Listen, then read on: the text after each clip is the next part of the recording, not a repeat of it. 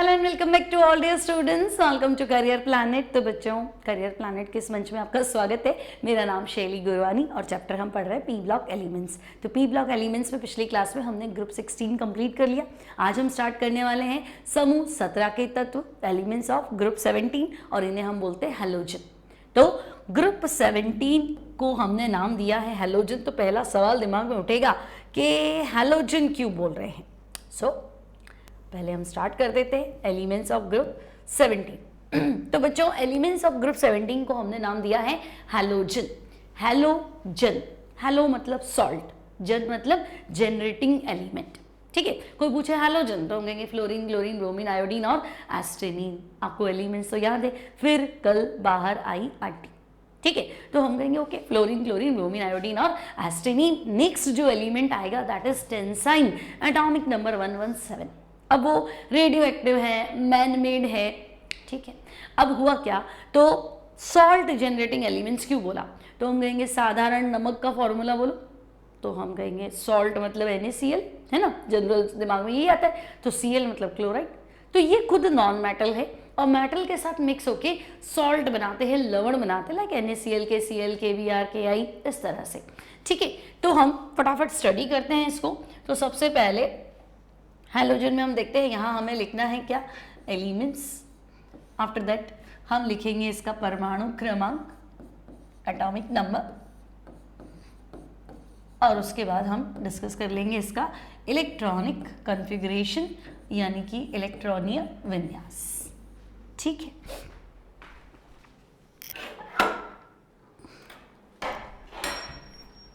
हमारे पास 4 हैलोजन हैं, 5 हैलोजन है, 4 भी क्यों बोले हम।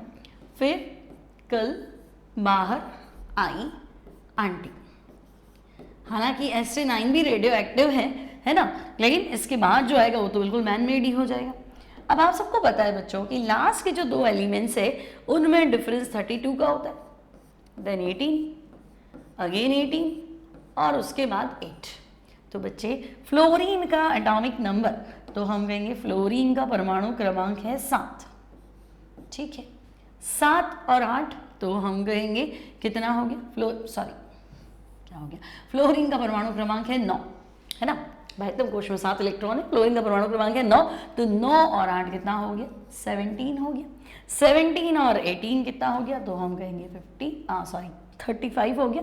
देन 35 और 18 कितना हो गया, तो आई थिंक 53 हो गया, और देन 85, सही में, है ना, तो 85 हो जाएगा। ठीक है, अब इलेक्ट्रॉनीय विन्यास लिखो।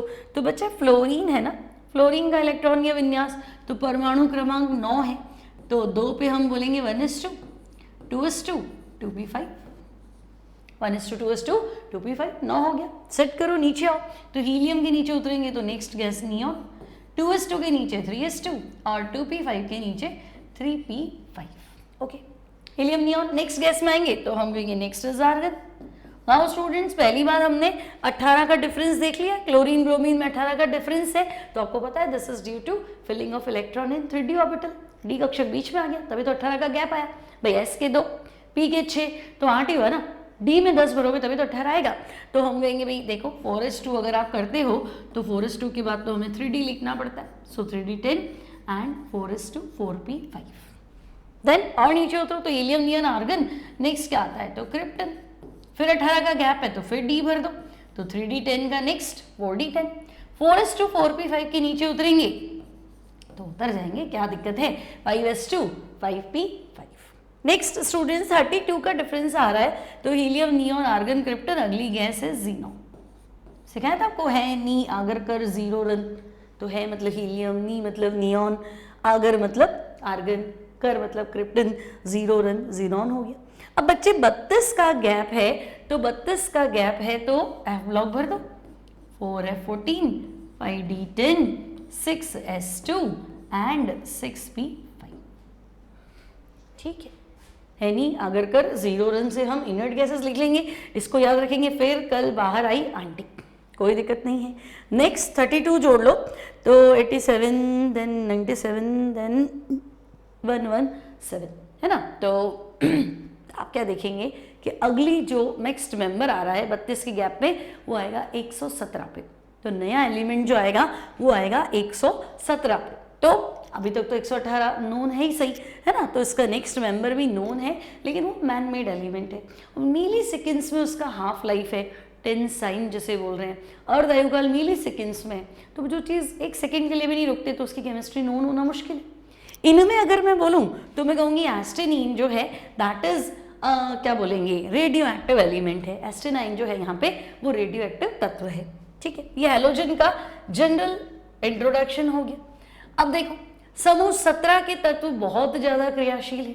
एस्टेनिन और टेंसाइन जो है वो रेडियो एक्टिव है। टेंसाइन हमने लिखा नहीं क्योंकि वो नेक्स्ट मेंबर है, मैनमेड एलिमेंट है। टेंसाइन मानव निर्मित मैनमेड एलिमेंट है और रेडियो एक्टिव तो है ही सारे। स्टेबल होता, नेचुरल होता तो प्रकृति में ही मिल जाता।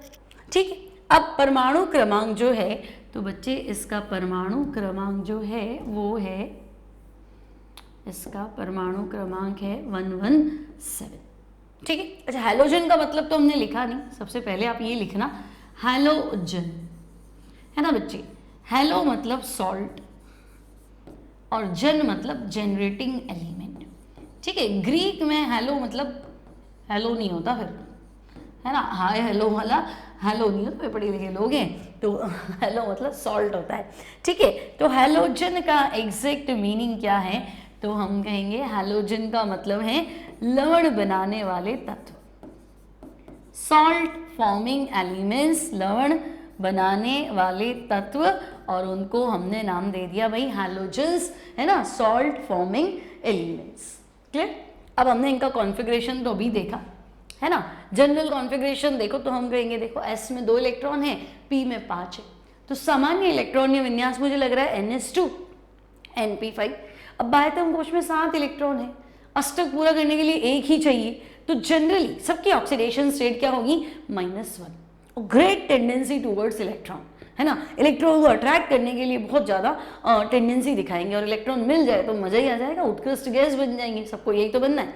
तो हम कहेंगे हाँ इनके बाह्यतम कोश में 7 इलेक्ट्रॉन है, 1 इलेक्ट्रॉन मिलते ही इनका ऑक्टेट कंप्लीट हो जाएगा, अष्टक पूरा हो जाएगा। अब 1 इलेक्ट्रॉन लेना पड़ेगा, इलेक्ट्रॉन लेोगे मतलब माइनस लेोगे तो oxidation state, general oxidation state जो कि सबको दर्शानी है, दैट विल बी -1, है ना। सभी हैलोजन तत्वों की ऑक्सीकरण अवस्था जो सब में ही होगी, तो हम कहेंगे -1 तो सब में होगी। -1 ही क्यों होगी, तो हम कहेंगे 1 इलेक्ट्रॉन देखो फिर कमाल हो जाएगा, सबके सब क्या बन जाएंगे, उत्कृष्ट गैस बन जाएंगे। ठीक है, तो सबके सब उत्कृष्ट गैस बन जाएंगे, हाईली स्टेबल हो जाएंगे, दैट्स वाई -1 इनका जनरल ऑक्सीडेशन स्टेट हो जाएगा।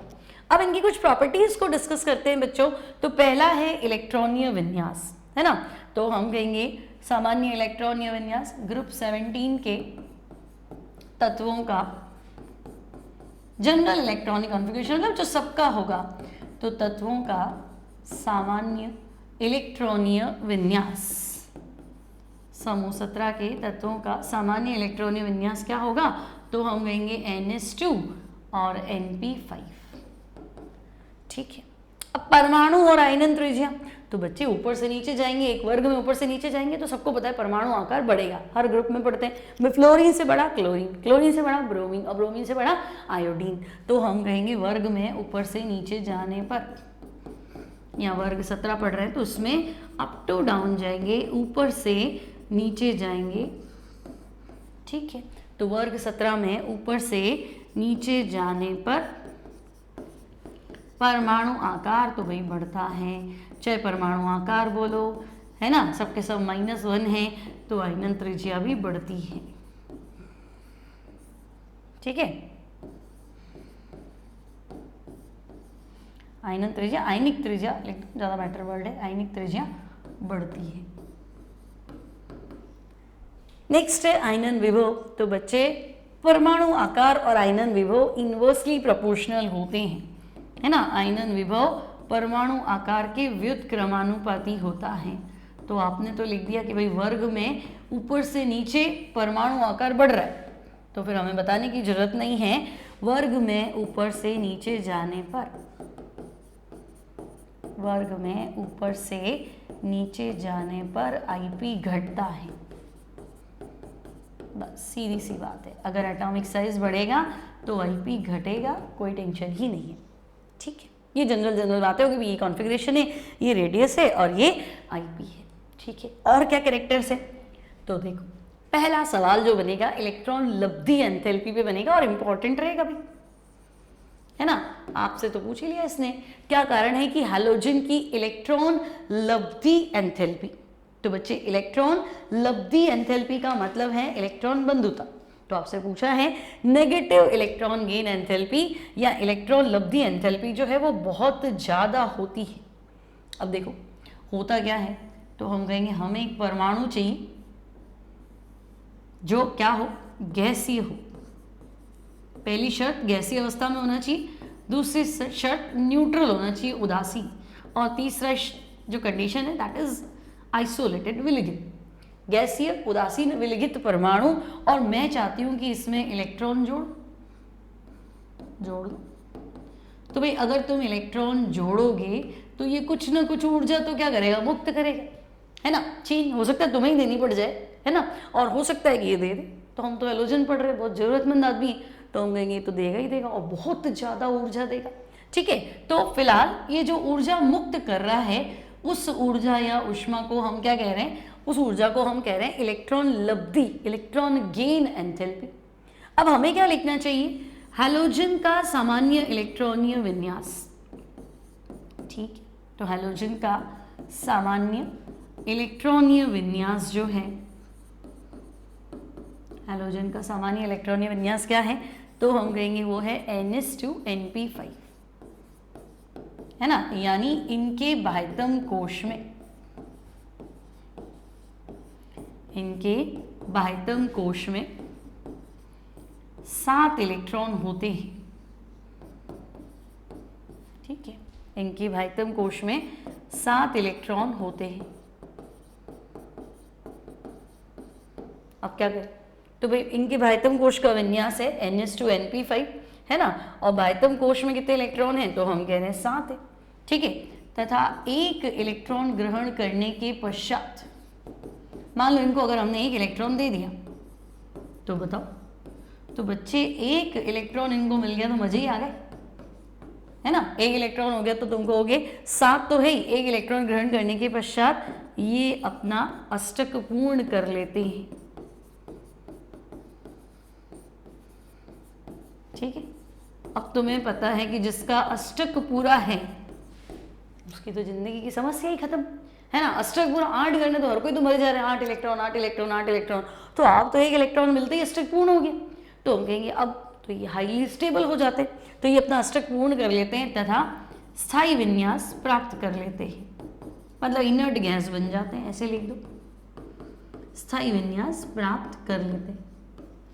अब आपने इलेक्ट्रॉन दिया, इसको स्थायी बनाया, तो इसका भी तो फर्ज है, तो हम कहेंगे बिल्कुल।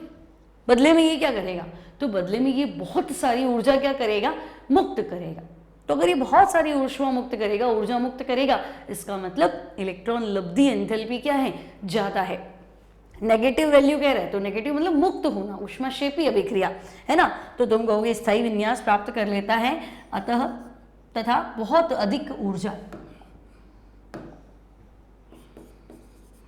है ना, बहुत अधिक ऊर्जा मुक्त करता है, क्योंकि हमने इसको बहुत ज़्यादा स्थायी बना दिया, तो बहुत अधिक ऊर्जा मुक्त करता है, इसलिए तो हम कहेंगे बहुत ज़्यादा एनर्जी रिलीज करेगा, इसलिए इलेक्ट्रॉन बंधुता कह दो, चाहे क्वेश्चन वाली लैंग्वेज लिख दो, है ना। इलेक्ट्रॉन बंधुता क्या है, तो इलेक्ट्रॉन बंधुता उच्च है। ठीक है, तो इंपॉर्टेंट क्वेश्चन है, अगर कंपटीशन में पूछते हैं तो डायरेक्ट पूछ लेगा कि भाई कौन से एलिमेंट्स की इलेक्ट्रॉन एफिनिटी, है ना, या इलेक्ट्रॉन लब्धी एंथैल्पी जो है वो कौन से तत्वों की उच्च है। तो आप लिख सकते हैं कि भाई हैलोजेंस की इलेक्ट्रॉन लब्धी एंथैल्पी क्या है, तो हम कहेंगे वो उच्च है।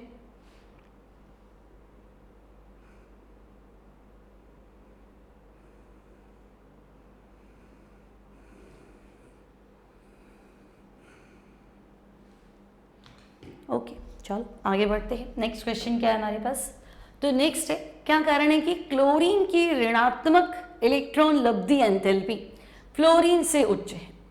अब तुम सोचो फ्लोरीन छोटा है और क्लोरीन बड़ा है, तो हम कहेंगे हाँ फ्लोरीन जो है, अगर मैं फ्लोरीन की बात करूं, है ना, तो फ्लोरीन में बाह्यतम कोश 2 ही है। फ्लोरीन का विन्यास क्या है? 2s2 2p5, ठीक है। और अगर मैं क्लोरीन की बात करूं तो क्लोरीन कंपैरेटिवली फ्लोरीन से बड़ा है, ये नाविक, ये Cl, और विन्यास क्या है? तो मैं कहूँगी 3s2 3p5, ठीक है। तो भाई फ्लोरीन, मान लो मैं यहाँ क्या लिखूँ, यहाँ मैं लिख देती हूँ हीलियम 2s2 2p5, ये फ्लोरीन की बात हो गई। और क्लोरीन तो मैं लिख देती हूँ यहाँ पे नियॉन 3s2 3p5। तो फ्लोरीन में कह देती हूँ भाई इसका आकार छोटा है, ठीक है, और यहाँ तो मैं कह देती हूँ आकार बड़ा है, ठीक है। अब तो भाई इलेक्ट्रॉन बंधुता मतलब इलेक्ट्रॉन जोड़ने पे मुक्त ऊर्जा, तो इलेक्ट्रॉन आया, तो फ्लोरीन छोटा है तो ये आकर्षित ज़्यादा करेगा, कंपैरेटिवली ये बड़ा है तो दूरी ज़्यादा होगी, तो ये तो हम कहेंगे थोड़ा कम आकर्षित करेगा, बात तो इतनी सी है ना। तो छोटा आकार तो हम कहेंगे नाभिक की आकर्षण अधिक है, फ्लोरीन का आकार छोटा है इसलिए नाभिक की आकर्षण तो हम कहेंगे नाभिक की आकर्षण तो ज़्यादा है भाई, नाभिक की आकर्षण अधिक। और यहाँ तो हम कहेंगे देखो आकार तो बड़ा है ना, इसलिए नाभिक की आकर्षण क्या है? तो नाभिक की आकर्षण कंपैरेटिवली, आप इससे कंपेयर कर रहे हो, फ्लोरीन से तुलना कर रहे हो तो कम है ना। तो हम यहाँ पे सेपरेट कर देते हैं इसको, ठीक है। तो क्लोरीन बड़ा आकार, तो मैं कहूँगी बड़ा आकार है तो नाभिकीय आकर्षण कम है, ठीक है। अब मान लो घर में कोई गेस्ट आने वाला है, भाई इलेक्ट्रॉन आने वाला है इनके पास, तो ये भी अट्रैक्ट कर रहा है, ये भी अट्रैक्ट कर रहा है, तो इलेक्ट्रॉन सोचेगा ज़्यादा आकर्षित कर रहा है, यहाँ जाना चाहिए, यहाँ थोड़ा कम आकर्षित कर रहा है। लेकिन समस्या और ही है, देखो 2s2 2p5, अब तुमको पता है 2d तो होता नहीं है, बाह्यतम कोश अगर 2 है तो n बराबर 2 में क्या होता है? 2s2p, 2d तो नहीं होता है। तो हम कहेंगे बाह्यतम कोश 2 है और इसमें 8 इलेक्ट्रॉन हो सकते हैं और 7 पहले से बैठे हैं, है ना, कितने हो गए? 3 3 6 और एक साथ, देखो 2s2 2p5, मैक्सिमम क्या हो सकता था? 2p6, जबकि यहाँ 3s2 3p5 3d है खाली। तो यहाँ बाह्यतम कोश में 7 है लेकिन जगह तो 18 की थी, तीनों मिला के बता रही हूँ, 3s 3p और 3d, है ना। तो हम कहेंगे कि भाई 7 जो है, मान लो तुम सोचो 8 लोगों की सीट है, 7 पहले से ही बैठे, तो वो आने वाले वो क्या करेंगे? रिपेल करेंगे, ठीक है हम 7 ऑलरेडी हैं, लेकिन 18 की जगह और 7 ही बैठे हैं, तो कोई आ भी जाएगा तो परेशान तो नहीं करेगा, आन दो क्या फर्क पड़ रहा है। तो सेम चीज़ यहाँ है ना। तो फ्लोरीन में आकर्षण तो ज़्यादा है, लेकिन प्रॉब्लम समझो इसकी प्रॉब्लम क्या है? परंतु पहले से उपस्थित इलेक्ट्रॉन बाह्यतम कोश वाले, ठीक है, आने वाले इलेक्ट्रॉन को तो हम कहेंगे प्रतिकर्षित करते हैं, ठीक है। तो पहले से उपस्थित इलेक्ट्रॉन आने वाले इलेक्ट्रॉन को प्रतिकर्षित करते हैं, लेकिन यहाँ ऐसा कुछ नहीं है, 18 की जगह 7 ही बैठे, एक आ भी गया तो कोई दिक्कत नहीं। तो हम कहेंगे भले आकर्षण कम है लेकिन आने वाले इलेक्ट्रॉन के लिए कोई प्रतिकर्षण नहीं, कोई नाराजगी नहीं, आना है तो आ जाओ, कोई दिक्कत नहीं है। थोड़ा आपको कम उससे बुलाया था, वेलकम कम किया होगा, लेकिन धक्का मुक्की नहीं है। यहाँ वेलकम तो बहुत ज़्यादा कर दिया, पर जो पहले से बैठे वो आने नहीं देंगे, ऐसे क्या है, क्यों ही आना है ना। तो अब आपको अपना आंसर देना है और आपका आंसर क्या बनेगा? तो तुम बताओगे अतः फ्लोरीन में इलेक्ट्रॉन जोड़ने पर अपेक्षाकृत, किसकी अपेक्षा कर रहे हो? तो क्लोरीन से, है ना। इलेक्ट्रॉन जोड़ने पर क्लोरीन की अपेक्षा कम ऊर्जा मुक्त होती है, Cl की अपेक्षा कम ऊर्जा मुक्त होती है, ये ध्यान रखना है बच्चों आपको। फ्लोरीन की इलेक्ट्रॉन बंधुता कम है, क्लोरीन की ज़्यादा है, जबकि फ्लोरीन का आकार छोटा है। तो हम कहेंगे ठीक है, आकार छोटा था, आकर्षण ज़्यादा था, बुला भी रहे थे इसको, पर जो पहले से प्रेजेंट है, कम जगह में ज़्यादा लोग बैठे हैं, वो उसको क्या करते हैं? प्रतिकर्षित करते हैं। तो भाई अगर तुम 100 यूनिट से अट्रैक्ट कर रहे हो और 20 से वापस धक्का भी दे रहे हो, तो ओवरऑल 80 का ही फायदा हो, है ना। और यहाँ आप अट्रैक्ट कम कर रहे हो, आप कहते हैं मैं तो 90 से अट्रैक्ट कर रहा हूँ, लेकिन मैं पुश नहीं कर रहा हूँ, धक्का नहीं दूंगा, तो फायदा तो मुझे यहाँ लग रहा है ना। तो समझे यहाँ पे क्या होगा? यहाँ as compare to Cl electron जोड़ने पे कम एनर्जी रिलीज होगी, क्लियर। तो आप ऊर्जा ही कम दोगे तो इलेक्ट्रॉन लब्धि एंथैल्पी की नेगेटिव वैल्यू, नेगेटिव मतलब मुक्त होना, आपको ये नहीं सोचो अच्छा माइनस में छोटा है मतलब बड़ा है, ये सब फालतू बात नहीं, माइनस मतलब मुक्त होना, ठीक है। तो यहाँ पे नेगेटिव वैल्यू जो है वो कम होगी, कम ऊर्जा मुक्त होगी, और यहाँ इलेक्ट्रॉन बंधुता ज्यादा है, नेगेटिव वैल्यू हाई होगी। रीजन समझ में आ गया, ये इंपॉर्टेंट है, ये क्वेश्चन आ सकता है, ठीक है। और इससे हम एक कंक्लूजन निकाल दें कि भाई आवर्त सारणी में सर्वाधिक इलेक्ट्रॉन बंधुता तो हेलोजन की थी, आपने पढ़ाई था हेलोजन की ज्यादा है, तो हमने कहा था हाँ भाई तुम कोश में 7 इलेक्ट्रॉन है, एक और दे दो हमारा काम खत्म, हमारा तो अष्टक पूरा हो जाएगा, फायदे में फायदे में। फिर हम कहे अच्छा ठीक है अष्टक पूरा हो जाएगा तो आपको हाईएस्ट कर देते हैं।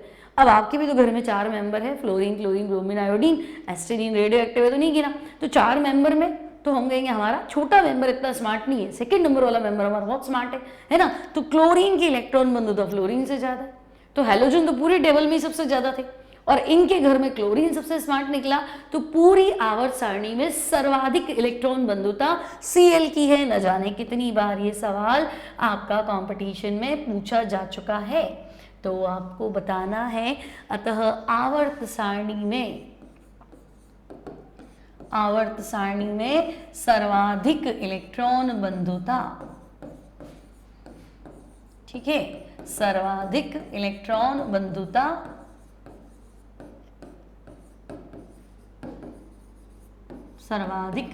बंधुता किसकी है, तो हम कहेंगे क्लोरीन की है। हाईएस्ट इलेक्ट्रॉन एफिनिटी किसकी है, क्लोरीन। सर्वाधिक विद्युत ऋणी तत्व कौन है, तब आपको नहीं सोचना है, सर्वाधिक विद्युत ऋणी तो फ्लोरीन ही है, उसमें कोई लड़ाई नहीं है। सर्वाधिक विद्युत ऋणता पूछ ले तो आंसर फ्लोरीन, और कितनी है विद्युत ऋणता, तो 4.0, वहाँ कोई लड़ाई नहीं है। लेकिन इलेक्ट्रॉन गेन एंथैल्पी जो है वो क्लोरीन की सबसे ज्यादा पूरी पीरियोडिक टेबल में। रीजन समझ में आ गया क्यों, ठीक है। आगे बढ़ते हैं। नेक्स्ट आपके पास है बच्चों बंध सामर्थ्य या बंध एंथैल्पी। अब देखो बंध सामर्थ्य जो है, जनरली अगर मैं आपसे बात करूं कि बंध सामर्थ्य या बंध एंथैल्पी या बंध ऊर्जा, तो आपको बताना है बंध लंबाई के इनवर्सली, है ना। मैंने तो आपको कितनी बारी बताया, छोटा बंध होता है तो 2 एटम के बीच में दूरी कम है तो शायद एक दूसरे को बचा लेंगे, है ना, और मुश्किल से टूटेगा। और लंबा बंध होता है तो जल्दी टूट जाएगा, भाई छोटा धागा है तो दिक्कत आती है, बड़ा धागा है तो क्या, बड़ी लकड़ी है तो क्या होगा, जल्दी टूट जाएगा, ठीक है। तो मुझे लग रहा है कि बंध लंबाई, बंध सामर्थ्य इनवर्सली प्रोपोर्शनल होते हैं, एक दूसरे के व्युत्क्रमानुपाती होते हैं। तो आपको लगेगा अच्छा ठीक है सबसे छोटी बंध लंबाई तो फ्लोरीन की, तो फ्लोरीन की तो किस्मत ही खराब है। क्यों, तो पहले मैं आपको बंध ऊर्जा का क्रम बता देती हूँ, वो इंपॉर्टेंट है, ठीक है। हेलोजन के बंध सामर्थ्य या बंध ऊर्जा का क्रम, तो तुम्हें लगेगा तो सही कि क्लोरीन, लेकिन नहीं, सबसे ज्यादा बंध ऊर्जा है, तुम्हें लगेगा तो फ्लोरीन, लेकिन सबसे ज्यादा बंध ऊर्जा है क्लोरीन, उसके बाद में ब्रोमीन, उसके बाद में कितना नीचे कहाँ पहुंच गया, फ्लोरीन और फिर आयोडीन, ठीक है। अब ऐसे भी लिख सकते हैं bond length, sorry bond energy का ऑर्डर, क्लोरीन, ब्रोमीन, फ्लोरीन और आयोडीन।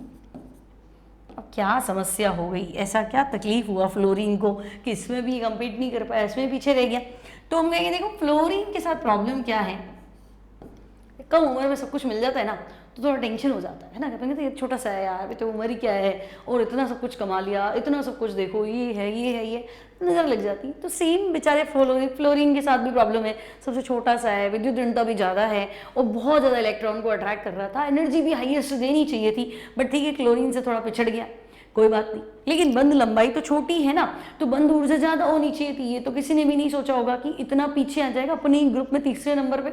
तो हम कहेंगे देखो छोटा सा है, छोटी सी उम्र में छोटे से साइज में बहुत सारे इलेक्ट्रॉन रख के बैठा है ना। अब यहाँ ही परेशानी शुरू होती है, अति भी खतरनाक होती है ना, तो अति है, एक्सेस है, इतनी छोटे से साइज में 3 लोन पर आपको हेलोजन के अलावा कहीं देखने को नहीं मिलेंगे। अब हेलोजन में भी सबसे छोटा हेलोजन फ्लोरीन, तो हम कहेंगे तो कुछ ज़्यादा ही है ना, तो बस कुछ ज़्यादा ही है, वही इसकी प्रॉब्लम है। तो बच्चे यहाँ होता है इंटर इलेक्ट्रॉनिक प्रतिकर्षण, अंतरा इलेक्ट्रॉनीय प्रतिकर्षण, क्योंकि कम जगह, इतनी कम जगह में तुमने 6 इलेक्ट्रॉन, 3 लोन पर इसके 3 लोन पर इसके, है ना, 12 इलेक्ट्रॉन, 6 3 पेयर में आपने रिपल्शन, कम जगह में इतने सारे इलेक्ट्रॉन को रख दिया तो रिपल्शन बढ़ जाएगा। अंतरा इलेक्ट्रॉनीय प्रतिकर्षण जो है वो बढ़ जाएगा। अब इतना ज्यादा कि आपस में ही लड़ लेंगे और क्या हो जाएंगे, अलग होने के बारे में सोचेंगे। तो मुझे तो वैसे ही अलग करना था, अब आपस में लड़ रहे हो तो हमारा काम आसान हो गया, और इतना आसान हो गया कि आप तो ब्रोमीन के बाद में आ गए। तो बच्चे आपको बताना है, एक सेकेंड रुकना पड़ेगा।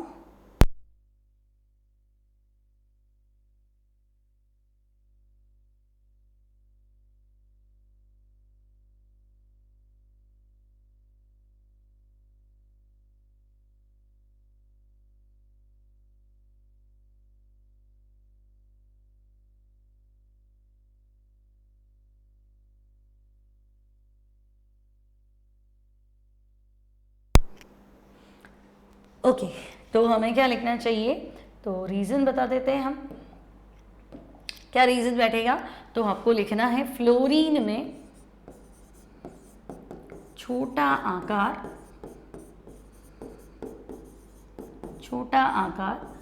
व उच्च आवेश घनत्व या इलेक्ट्रॉन घनत्व के कारण,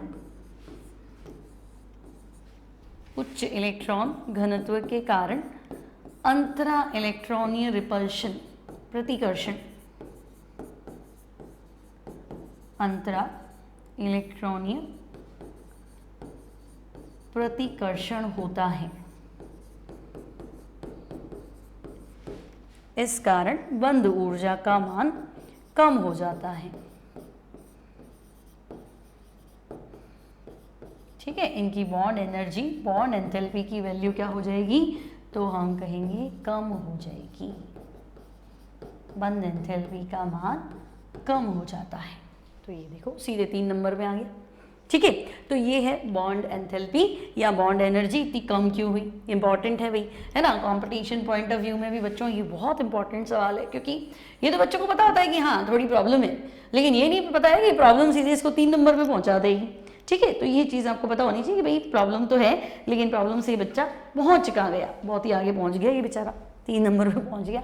ठीक है, नेक्स्ट भौतिक गुण में भौतिक अवस्था और रंग। तो भाई देखो फ्लोरीन क्लोरीन की भौतिक अवस्था बताओ, तो हम कहेंगे ये लोग तो गैस है।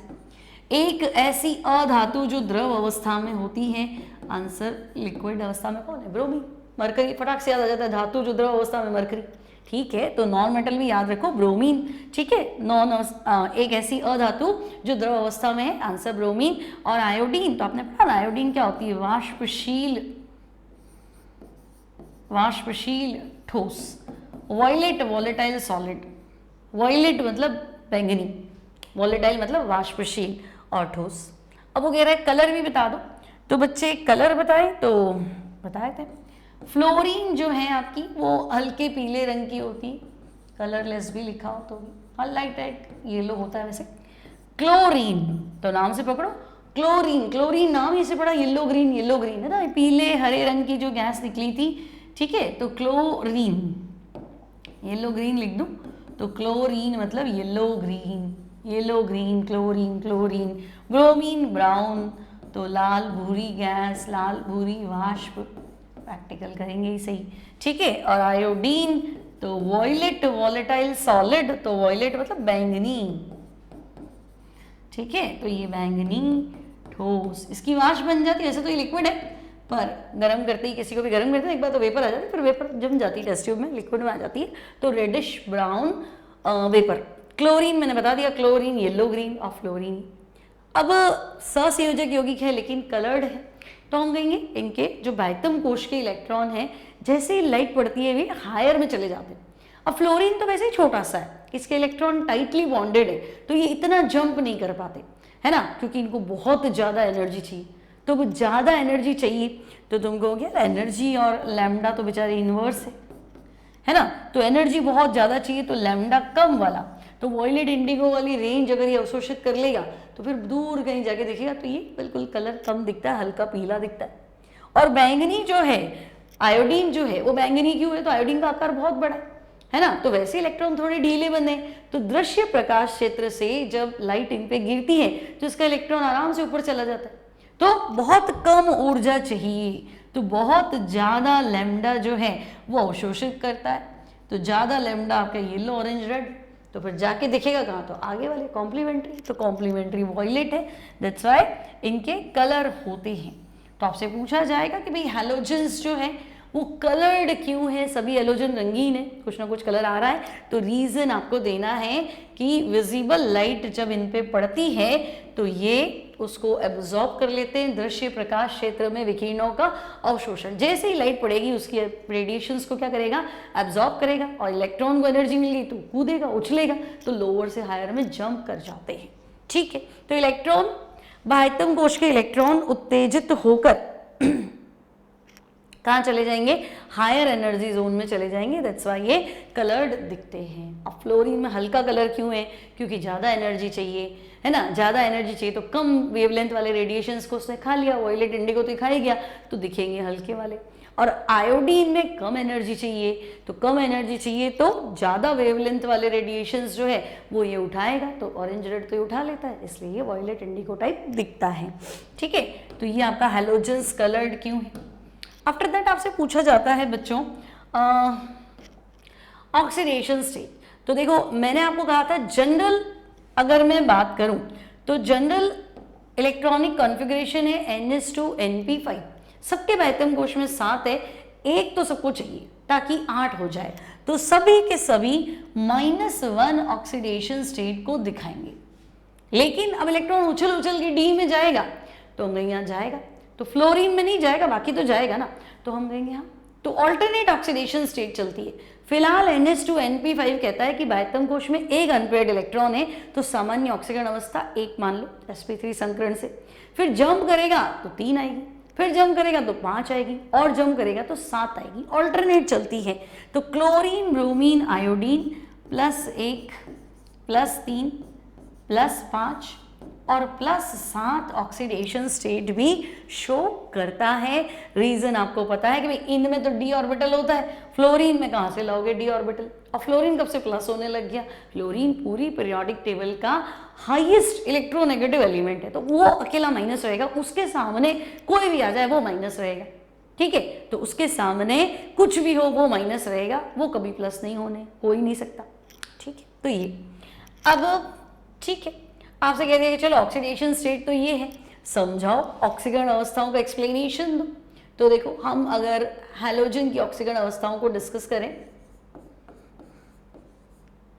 ठीक है, तो अगर हम हैलोजन की ऑक्सीडेशन स्टेट को डिस्कस करें तो पहले हम ग्राउंड स्टेट से ही डिस्कस कर लेते हैं ऑक्सीकरण अवस्थाएं।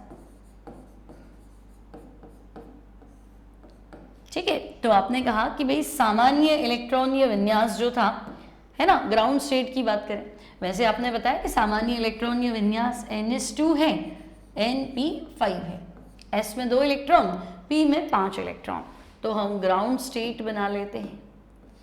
तो देखो ग्राउंड स्टेट NS2 और Np5, ठीक है, NS2 Np5, तो 1 2 3 4 और 5। तो आपको देखा कि ग्राउंड स्टेट में अगर आप ध्यान से देखो तो मुझे लग रहा है कि भाई अयुग्मित इलेक्ट्रॉन एक ही, तो ग्राउंड स्टेट में क्या होगा, तो मैं कहूंगी भाई +1 ऑक्सीडेशन स्टेट होगी।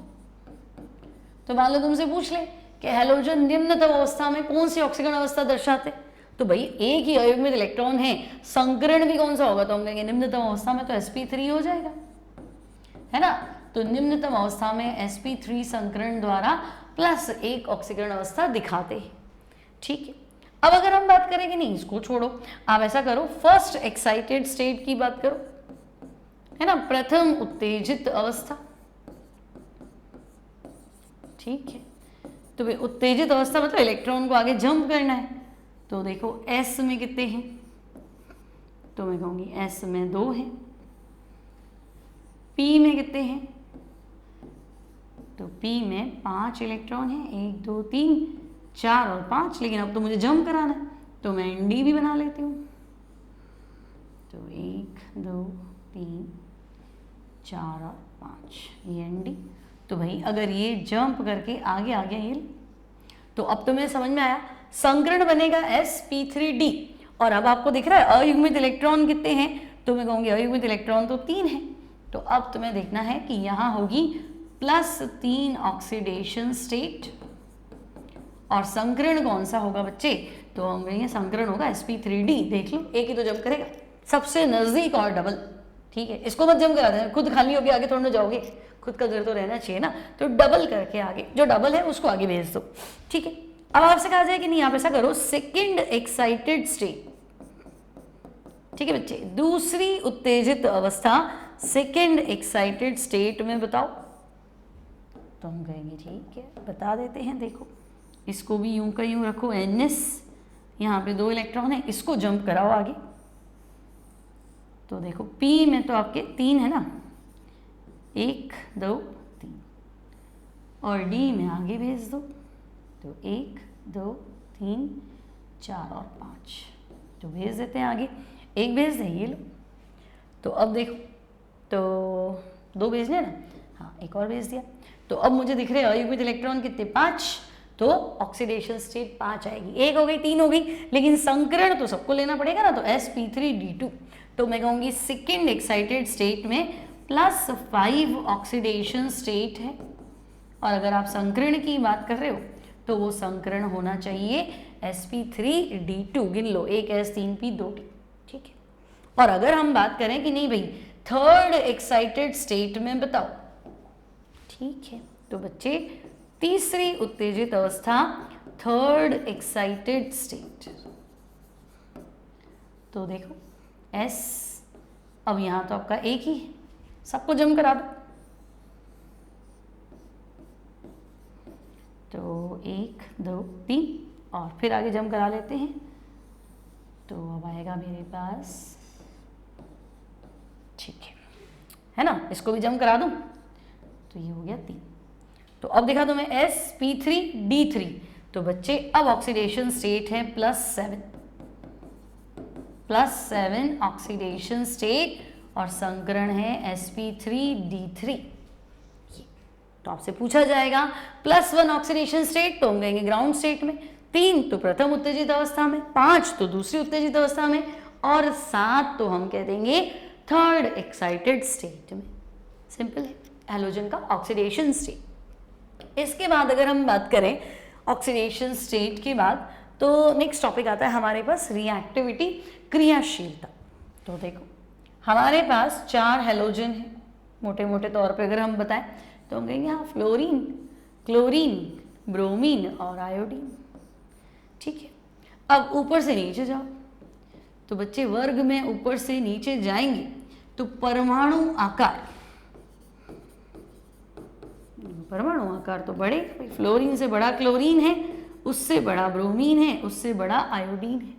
ठीक है, तो हम ग्रुप में अप टू डाउन की बात करते हैं, वर्ग में ऊपर से नीचे जाने पर।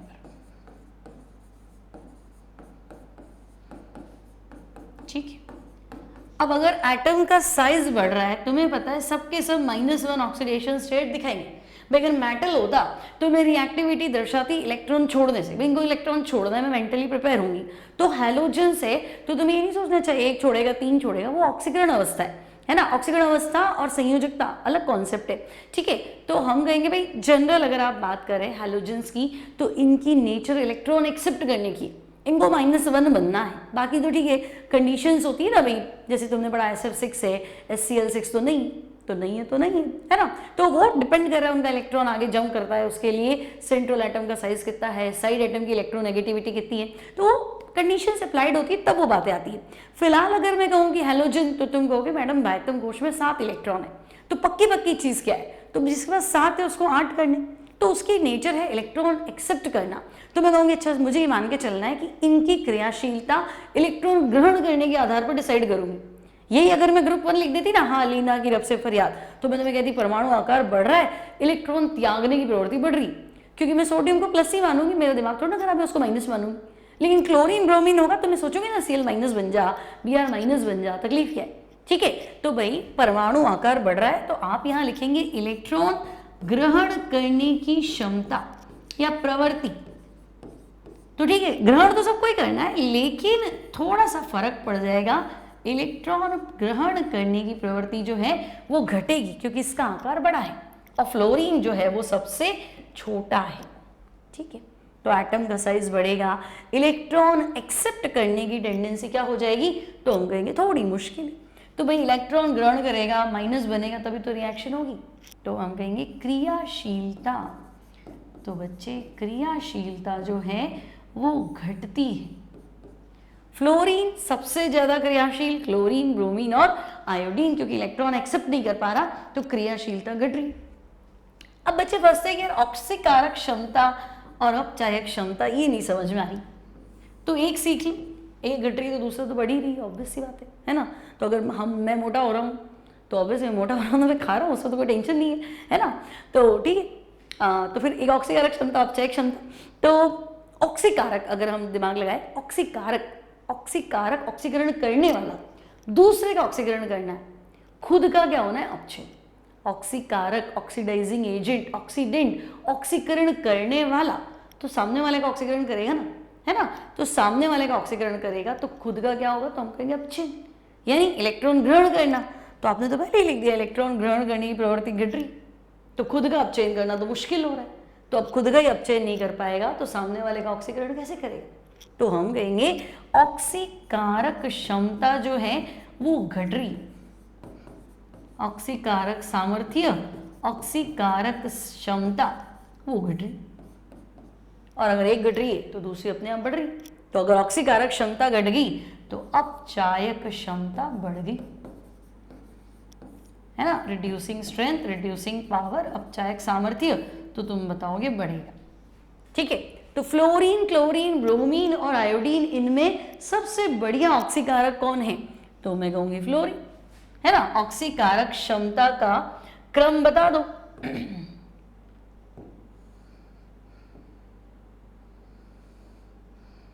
ठीक है, तो फ्लोरीन, क्लोरीन, ब्रोमीन, आयोडीन में अगर आपको कह दूं कि आप तो ऑक्सीकारक क्षमता का क्रम बता दो,